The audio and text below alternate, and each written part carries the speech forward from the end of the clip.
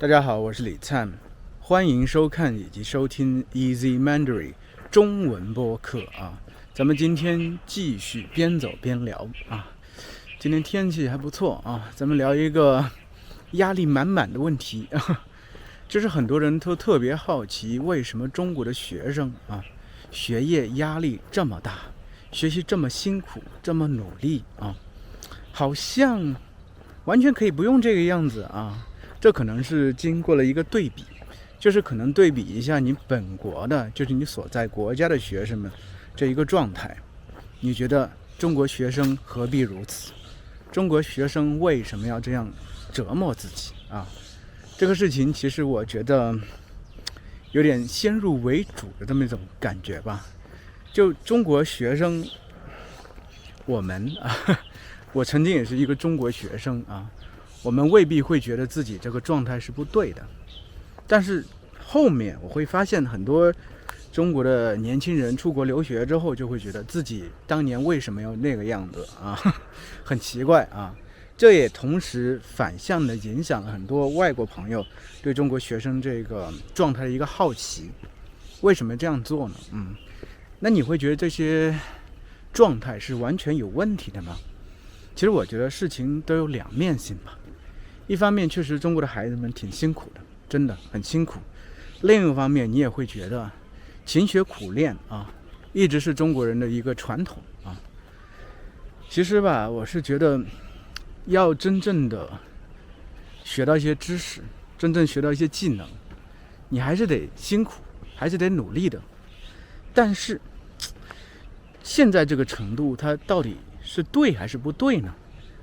是不是有必要一定要让中国的孩子们过得这么可怜呢？这么辛苦呢？其实这个问题啊，不只是国外的朋友在想，中国的父母也在想，甚至是中国这些政策的制定者，他们也在想。所以其实现在是有一些东西，就是有些征兆，或者说已经有一些初步的措施在调整以及改变这么一个状态。比如说2-3年前了吧，应该是这个双减政策出来的时候，那个时候就不允许课外这个补习班，对不对？在星期一到星期五不允许这个课外的补习班的存在。中国当时不是有一个很厉害的英语补习的学校啊，一个品牌，一个公司啊，甚至是叫做新东方，他教中文，他教英语，对，还教别的各种语言。就是因为这个双减政策影响非常大啊，后来他们都整个把公司的这个方向给转变了。之前是教英语，后来让他的那些老师们都去直播带货去了。但是人家很厉害，战略调整之后做的也很好，继续很好啊。所以你们可以看这个能力是相通的。我要说的不是这个点，就是就算这么厉害的一个公司，它其实面对这些政策的时候，它也只能去适应它。但是其实在这方面反倒是公司呀这个市场呀，可能反应会比较快，比较大，比较直接。但是对于比如说整个社会上的一般老百姓的接纳程度，还有学校的这个接纳程度、适应程度、适应速度，可能其实都没有那么快。就是在我们中国家长的这个观念里头，是有一些根深蒂固的东西的，我们不会轻易的去改变。因为为什么叫根深蒂固呢？就表示这个根呢已经扎得非常非常深了，就是几千年下来，我们中国的家长都是这样想的。而且我觉得还有另外一个词语啊，你们可能没有听过，叫路径依赖。什么叫路径依赖呢？就是你曾经走一条路，走通过，走成功过，你其实就会想反反复复去走那条路，不只想让自己走那条路，也想让你的子孙后代走那条路啊。这个路径依赖其实会涉及2个方面。第一点就是在中国古代，很多人知道有这个科举制度啊。中国古代当然了，在比较早的时候也有这个贵族社会啊，就是你是干什么的？你是一个贵族，你孩子也是一个贵族啊。但在后期啊，中国人就是我命由我不由天啊，凭什么？老百姓说这个王侯将相宁有种乎啊，就是这个王侯将相他们是天生应该如此的嘛啊，所以中国人就造反啊、反抗啊、革命等等啊，最后就产生这么一个制度叫科举制度，就给了一些普通人家的孩子一些机会啊，可以通过考试，然后平步青云啊，但是人上人啊，所以中国人自古以来就是对读书这个概念啊，几乎是刻在脑子里的。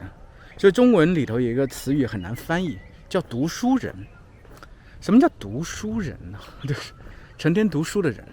他读的这些书啊，其实都是为了参加科举考试用的，其实一些以前像什么《论语》啊，对吧？孔子啊、孟子那些东西，他最终的目的都是为了考试、考科举。考科举之后有什么样的这么一个结果啊，或者什么样的好处呢？就是可以去当官啊，不只是改变你这个个人的命运，而是可以改变你整个家族的这么一个命运。所以中文里头还有一个词语，有个说法啊，叫做万般皆下品，唯有读书高啊。所以你就能看到，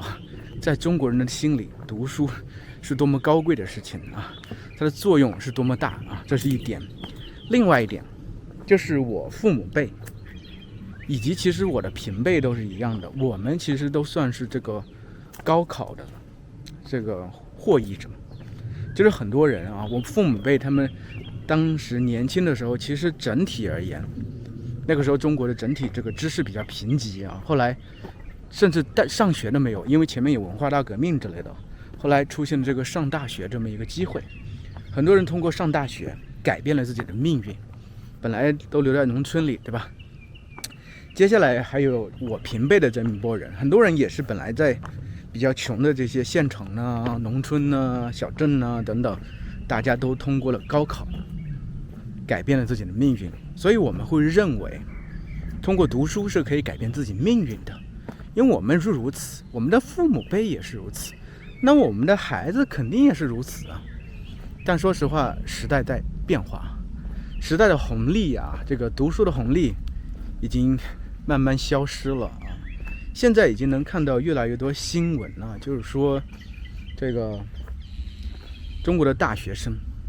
找不到工作，甚至是很好的大学生毕业生啊都找不到工作。有些人这个心理啊，就是路径依赖的心理太强了，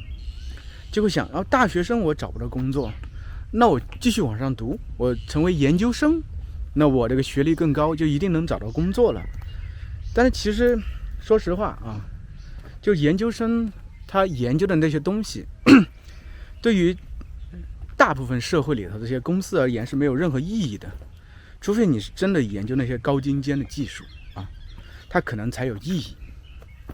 但是对于大部分的公司没有意义，所以你就算研究生你研究的再高深啊，你出来之后还是找不到工作。其实现在中国的这个整体教育政策是在转向的。之前的话确实也是有这个，比如说学校扩招啊，这是大学扩招啊，让越来越多人有机会去上大学，越来越多孩子有机会上大学。因为中国的父母是最舍得在孩子身上投资的嘛，对不对？所以其实上大学的机会多起来，有越来越多孩子去上大学，其实在另外一个程度上是促进了经济的发展的。但现在已经到这么一个节点，就是很多大学专业读出来没有用，然后还造成了很多孩子眼高手低。我是大学生呀，我凭什么做那些工作，对不对？所以现在国家的政策调整方向，我是觉得是和国际接轨的，起码是就我了解而言，和德国那些方面是比较接轨的。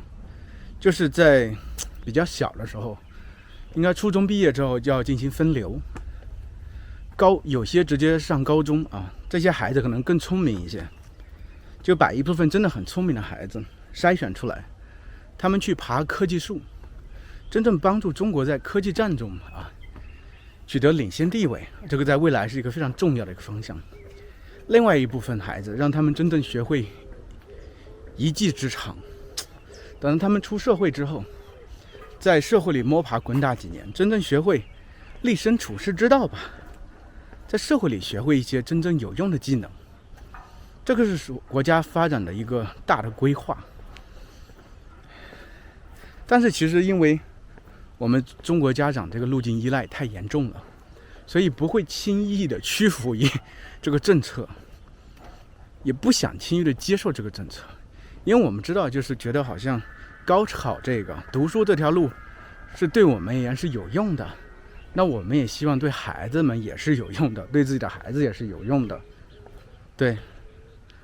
但是这个方向，这个转变，它是势不可挡的。政策的转向是势不可挡的，但是在当下啊，在现在这个当下，很多人还看不是特别清楚，还在挣扎。其实我也在挣扎，我也没完全就是说政策是怎么样我就怎么做，而且我相信这个政策最终实现，它可能还需要10年甚至20年的时间。所以在这个时间里头，我能真的把孩子的未来就拿来当赌注吗？就这样去做吗？肯定还是不敢，对不对？所以还是谨小慎微啊，还是摸着石头过河。对，就像我们邓小平，对不对？当年这个推行改革开放的时候，很多人也是很害怕呀，所以他要有试点，然后他要有强推，才慢慢的形成了这个大势所趋啊。所以我相信中国这个教育的这个改革也是大势所趋啊。中国孩子以后也会越来越的自由、自在，更有创造性。但是中国人这个品质，我觉得刻苦耐劳、勤奋啊等等这些品质，我觉得是不会改变的啊，而是会伴随中国人啊永远走下去。当然了，很多事情没有一定啊，一定是怎么样啊，我也不敢打保票。但是我相信未来的孩子们整体而言，肯定还是会过得越来越轻松的，而且未来会有更多机会，而且未来的路也会有更丰富多彩的选择，不会只有像现在一个话语叫做千军万马过独木桥。大家想想看，独木桥多么难过，还是千军万马大家都挤独木桥。而且我也相信，其实每个人天生我材必有用，对不对？我们要发挥好自己的才能，在这个世界上肯定有安身立命之处，对不对？肯定能找到能让自己真正发挥才能的这么一个工作，在这个世界上找到这个一个发挥自己才能这么一个位置。好了，今天咱们就聊到这儿啊，不知道大家有没有感觉到自己的问题困惑得到解决的感觉呢？啊，顺便说一下，就是我现在推出了这个 newsletter 啊，大家要是加入我的 newsletter 之后，每个星期免费啊，会得到一个成语，就是我扩写的一个成语，还有我朗读的音频啊，免费啊。而且要上，比如说对中文学习特别感兴趣，想上小班课的同学的话，也可以点击我视频底下链接啊，来上一下我的这个小班课啊。我会在小班课里头介绍中国的成语，以及这个我们的一些自我探索，以及在现在的一些案例啊。同时我上小班课的特点就是尽量让同学们去多说多去表达啊，真正的实现你这个输出的这么一个能力的提升啊。好的，今天咱们到这吧，再见喽。